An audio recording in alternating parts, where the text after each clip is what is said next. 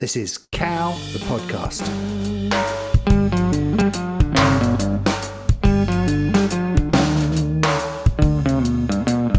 Hi there, and yes, welcome to Cow, the podcast. This week, exploring mindfulness, meditation. What is it? Why is everybody doing it? What can it do for you? Can it heal my body? Heal my mind? Well, here's the thing. Declaring an interest? I meditate, and I recommend you try it. But here we're going to take a brief look at some of the science behind it. Take a look at what it can and what it can't do for you. How's that sound? Before we do, if you're a regular listener and you're feeling generous, you're thinking, maybe this podcast could use my support. Well, you can find out how to go about doing just that at cowthepodcast.online. Thank you to those who are supporting us right now. Without you, we couldn't do this. I'm Ant Biggs, and I'll be your host for the next 20 to 30 minutes or so, taking you on a trip into the strange and wonderful landscape of this here Cow the Podcast, so stay with me. If you just want to come by and comment, just say hello, same place, cowthepodcast.online. I'll see you there. Now, one comment I recently had about what I'm doing here was that whatever it is, I don't seem to be giving away any practical advice. I'm not helping anyone make a difference. Well, okay. Yes, it's bad, and it's okay to say it's bad out there, but you're asking, what can we do about it? Well, of course, there are things I do in the way I go about my life that help me cope. And yes, I could share all that stuff, and yes, that might work for others, but there's nothing special there. There's no secret. And I'm conscious that just because they work for me doesn't mean they work for anyone else. Heaven forbid my life choices might not have been even the best choices for me. Who am I to say give up your job, do not comply, rely on your true self, be vegan, or go live in the desert? It's not what this is all about. No way, this is up to you. It's up to you to find your own way. Just like I'm still looking, the point is to keep doing so, keep questioning everything. Doesn't mean we're on our own though. Me and you sharing this path for just a moment, that's great. Let's see where it goes. Now, whatever you want to call it, whatever we're going to call it, the main point is self-discovery. It's a journey that has to remain a personal journey.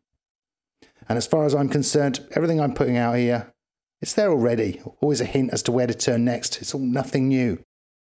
Because whatever you're seeking, whatever you're called to adventure, your path, your goal, it's ultimately your goal. The point is, if you know who you are and you own that, then no one can take that away from you. No one. And that's cool. Maybe that's it. It's just be cool and everything else will flow. So practical help? Well, you may well ask. Build your inner strength, your inner self. Unearth your own understanding of what's going on. Find your spirit. Get exercising it, developing it. Take it to the gym. And the game changer is meditation. Meditate. Do it. This is real exercise for your brain. Now, last week's podcast covered the link between language and thought, between our belief systems and our behaviors. And I pointed out my belief in a need for a mindful approach to our use of language. And if there's a point to all of this, then that would be it, that we must be mindful. Because from mindfulness flows a feeling of self-determination, a sense of free will, and of well-being and health. Benefits that now at least are beginning to be recognized by weird science. But more than that, it really is key that we're able to engage our logical brains, to step outside of the everyday vortex of white noise, step out of the hormonal tides and eddies, so that we're no longer getting pushed and bumped downstream, so that we can become the observer. We can see stuff coming, we can take control of our feelings, and we can take control of our behavior. And it's meditation that will give you this superpower. To understand what's going on here, I'm going to turn to science. In a TED Talk called You Aren't at the Mercy of Your Emotions, Your Brain Creates Them, by Lisa Feldman Barrett, which you can find a link for on the webpage, Lisa Feldman Barrett tells us that jurors do not and cannot detect remorse or any other emotion, not in anybody, ever. Neither can I, and neither can you. She says, emotions are not what we've believed them to be. We've been misunderstanding them for a very long time. But over the last 25 years, scientific research into facial expression, the physiology, neurology of emotion. It consistently shows that while it may feel to you that your emotions are fundamental to your experience, while it feels like they're triggered in response to external conditions so that we react to them, they're not uncontrollable, hardwired features of existence. This isn't the way it works. It may feel that we have emotion circuits which have been with us since birth, providing some sort of objective guidance to us, guiding us in what we do, making us react to situations in predetermined ways. But there's no such thing as emotion circuits. Science can't find them. It isn't what happens. As in the work of Jonathan Haidt, in regard to our innate moral frameworks, yes, we're born with a pre-wired emotional framework. But this handles only the simplest of our feelings, feelings linked to our physiology, like rage, hunger, pain. These are the emotions of a baby. And this stays with us throughout our lives, monitoring our physical state, just like a barometer, but only at this primitive level, lacking the detail which we need in order to direct our actions as modern human beings. So our brain makes predictions that link these bodily sensations to our external landscapes. She says emotions are not built into your brain at birth, they're just built. They're constructed by your brain in the moment. Billions of brain cells working together to create nothing more, though, than a best guess as to what might be happening to you, or what might be there. She illustrates this with a brilliant demonstration of how our brains work, how we search for meaning in a black and white blob picture. Whilst you've got no idea what the image is representing, you're in a state known as experiential blindness. Your brain keeps working, firing neurons all over the place, just like crazy, sifting through all of your previous experience for any data, any idea as to what might be being represented there. Importantly, the brain's not asking, what is this? Your brain's asking, what is this most like? It's not trying to decode the actual black and white blob picture. Your brain seeks through that layer for anything that it recognizes. The blob picture, by the way, I won't tell you what it is, but once seen, it becomes instantly recognizable anytime you return to it. I can even see it now. It's quite amazing how quickly the pattern's been assimilated or gets learned. And your brain is now able to construct an image of this thing for you, even though it's not truly there. Another example I like here is foraging. Yes, it's another thing, try it. But if you're out in the woods and it's mushroom weather, keep an eye out. There's something very strange about the process of mushroom hunting. Almost as though the mushrooms come up only when you're ready for them. How long does it take you to find that first mushroom? But once you found the first one, they seem to appear everywhere, out of nowhere. So it's as though the thing that represents a mushroom, that pattern or shape that's held in your mind, can't be seen at first. It can't be recalled. That shape just blends in as part of the background chaos. Beautiful chaos, yes it is. The pattern of leaves on the forest floor, the rotten stumps, the moss, twigs. But it takes time to recall the image of what you're looking for. There's a process that requires you to get your eye in. Seriously, try that. Another example, consider walking into a bakery, predicting the smell of warm bread. So the brain starts preparing for eating that bread, and your stomach might churn. If it turns out that the prediction is right, that there's bread, the smell greets you, the bread's waiting for you, then the brain, your brain, has set you up with the tools you need, and you're feeling hungry. But it's the same hungry stomach or churning stomach that you feel before a driving test, on a date, in combat, and the ones you put down to nerves. In a different context, the same triggers result in a totally different experience. What if you could control that? Now, these predictions, these recalled and constructed representations of reality which our brains create in response to selected stimuli, these are how we make sense of our world. And these predictions are how we make sense of others. In the courtroom, in the classroom, the boardroom, and the bedroom. They are how we read facial movements, expressions, body language, even how we hear what people are saying to us. But we need to realize that those emotions, the emotions that we see, they're not intrinsic to the behaviors we're decoding. Research shows they're not built into physical movements. We can misread them. I mean, everyone knows crying means sad, right? Could it be happiness? Smile means someone's happy. Or maybe it's a more wry smile, it means defeat. And this is important because this isn't simply about our emotions or other people's emotions. Consider for a moment where all of our thoughts come from. Now we know we don't choose them, that they're predictions. It's got to be clear that we don't even decide what we should think about. We've been hijacked. How can we make a conscious decision to think about a cup of tea, for example, if the idea of the tea hasn't already bubbled to the surface?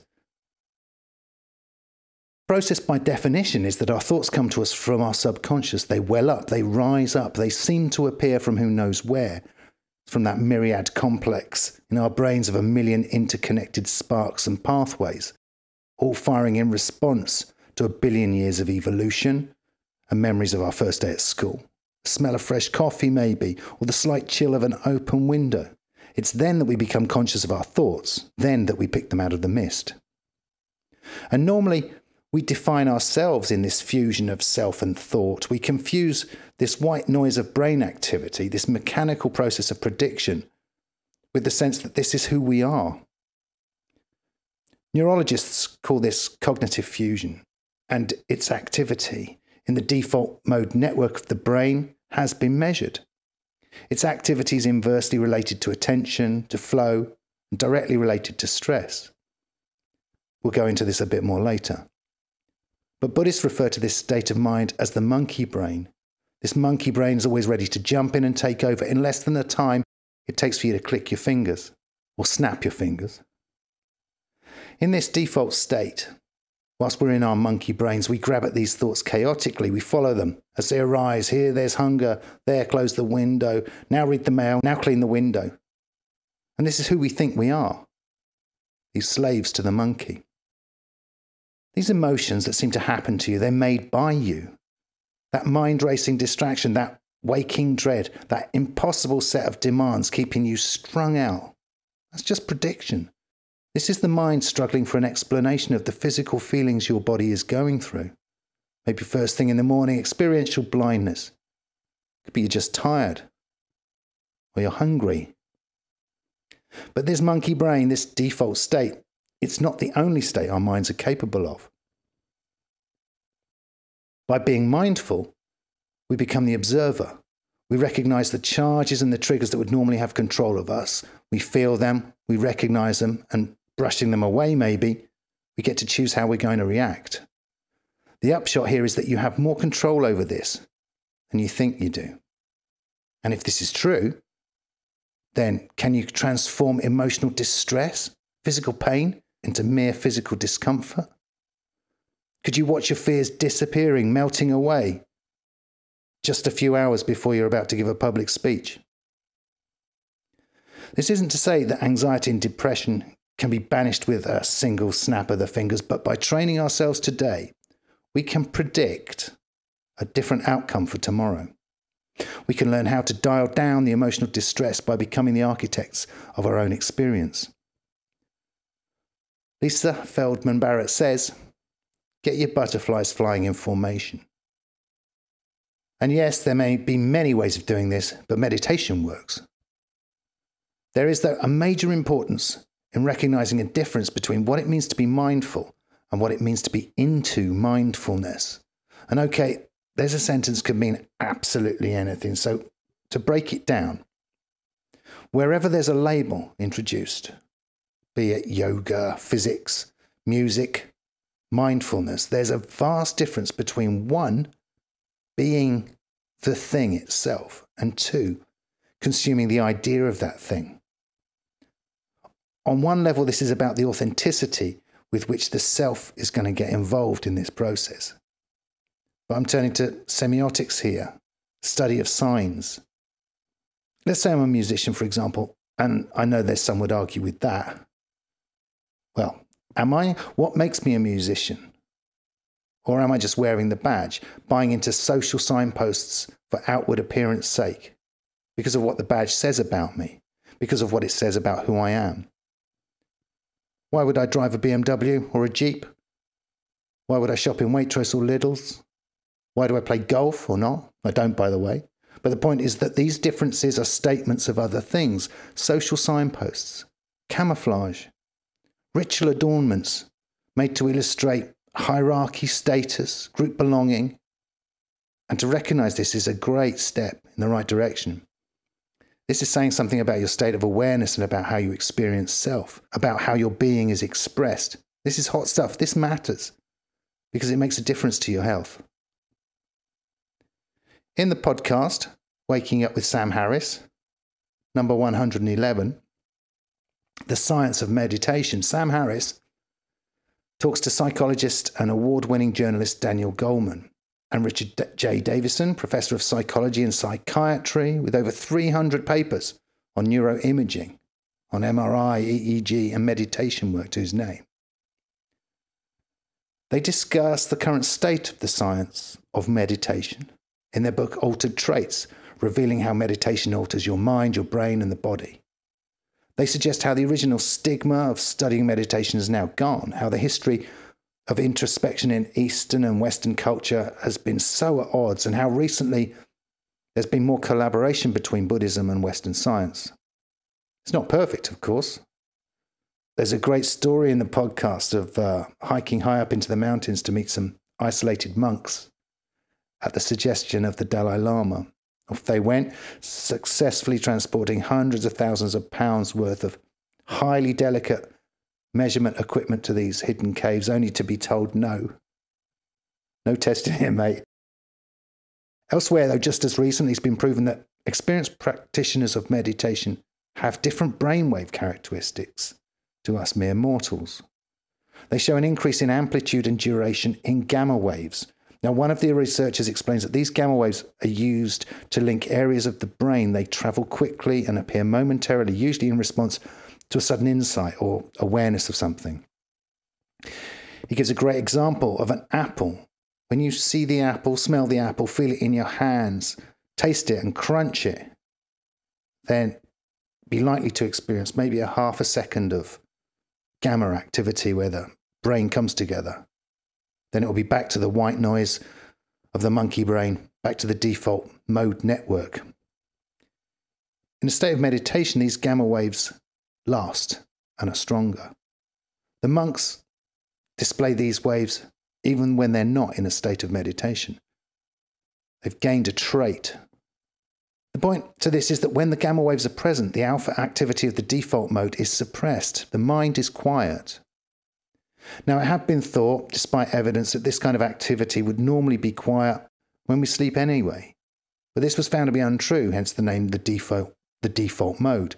It appears that it's necessary to override this default mode only with concentrated activity, like being in the zone, either physically or mentally, or through acts of meditation and mindfulness.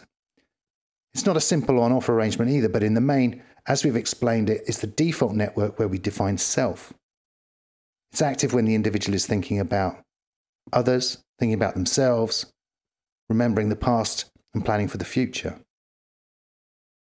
And yes, we need this. We need this brain. And we rely on it. But most of your day, you're using your attention to focus on the monkey brain, practicing a kind of meditation, a meditation of distractions which are now so invasive. And a wandering mind is an unhappy mind. People have no idea that their minds are caught up in this white noise of worldview. And to see this from a Buddhist perspective is to see a totally pathological behavior. And there's no ability to question this. In the same way the monks are changing their state, you're changing yours, but with a different outcome. Neuroplasticity is happening whether you like it or not. And you have no insight or control whilst you let it run away with you. You're so distracted that you believe this noise to be yourself. Mindfulness is put forward as the cure to this. In addition, it's been shown that practitioners of meditation have some control over the amygdala. This is part of the brain that has pretty bad press, being in charge of aggression and fear, flight or fight. But it's also responsible for regulating other emotions, such as empathy and compassion. It functions as part of the limbic system, releasing control hormones. This appears to be regulated itself by changes in the brain of the practitioner. Through meditation, it's been seen that the brain can be trained to release less of the stress hormones, allowing us to cope better with stressful events, for example, while at the same time being more able to process emotions of compassion and empathy. The implied moral framework seems to be amplified in response to the actions of the amygdala. This is all fully researched, but we're in the early stages here. No more than 30 years ago, there were less than 6 scientific papers on the subject of meditation, and most of them couldn't be relied on. There's also been research into the curative benefits of meditation. There's no doubt that mindfulness, in conjunction with cognitive behaviour therapy, can help reduce the effects of recurring bouts of certain types of depression. And there is research to show that mindfulness can help to reduce the anxiety caused by pain. There are things it won't do, though. Don't forget, meditation was never designed to fix health, not in the way that we view health in Western society. Meditation is also not about making a good person out of you. Being the best practitioner in the world doesn't guarantee moral conduct. Meditation has always been about deconstructing the self and coupled with the pursuit of the happiness of others. My belief is that the ability to reduce stress as it does, in combination with such a moral framework, has hidden superpowers. Imagine walking through the door late back from work again. Contrast the stressed, angry frustrations of work, being frightened by this roller coaster of hormonal soup, and contrast that with the calm observer of these emotions, balanced, in control, and extend that to include a compassion for others, be they political opponents, your partner, fellow road users maybe, the kids. As soon as you're able to become the observer, you can take charge, take responsibility for this, and that's where you find the payoff. Look, time's running out again. Don't go expecting to do 5 minutes of meditation and find the whole world's going to be fixed. Don't go worrying about not doing it right, but give it a go. There's loads out there. Have a look around and find something to suit. And go easy on yourself if you're not doing it properly. It's okay. Comment, sign up, support Cow the podcast. I've been Ant Biggs. Thank you for listening.